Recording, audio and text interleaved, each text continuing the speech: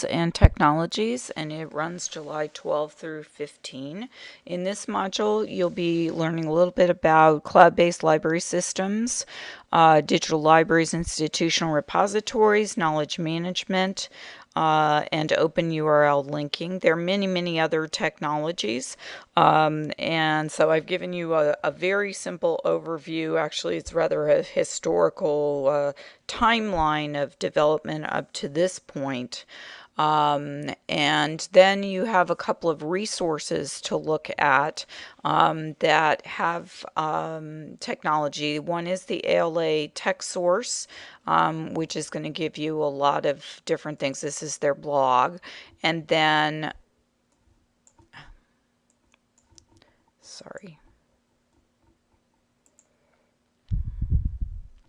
Then the Library Technology Reports is also by ALA, and this is a journal that gives critical evaluations of different information services, and I find it to be useful if I need to get an overview, and you can go into the different issues, you can search. It's got all kinds of interesting things on the latest technologies, and most of them are pretty brief.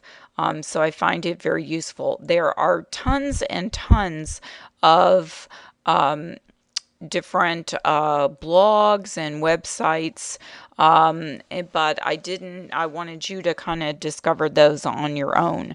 I've given you a number of readings in addition to Chapter 9 of the textbook that are on a variety of different technology topics, from the catalog to what's changing as far as students using technologies in higher education, strategies for how we deal with bibliographic records, which is a really big deal. The cloud, catalogs in the cloud, changing nature of the catalog, which is getting older now, but still very relevant. You've got the major one by Karen Calhoun, Changing Nature of the Catalog. Then I gave you one by Jim Neal. He has a tremendous number of materials. Pretty much anything he talks about, gives you really kind of a leadership or overall overarching view. So I found that one very useful. And let's see, what else do we have there? And then one by Roy Tennant that I really enjoy as well. Then you have just one activity for this module, and that is to, based on your readings and your knowledge, I recommend you look at that Library Technology Reports journal, look through some of those, look at some blogs, but through all of your various experiences, answer a few questions about systems and technology.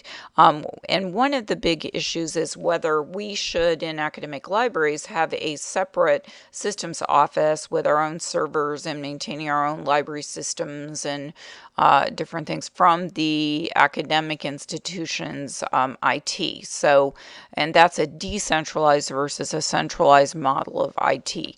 And so that's a question for you to consider.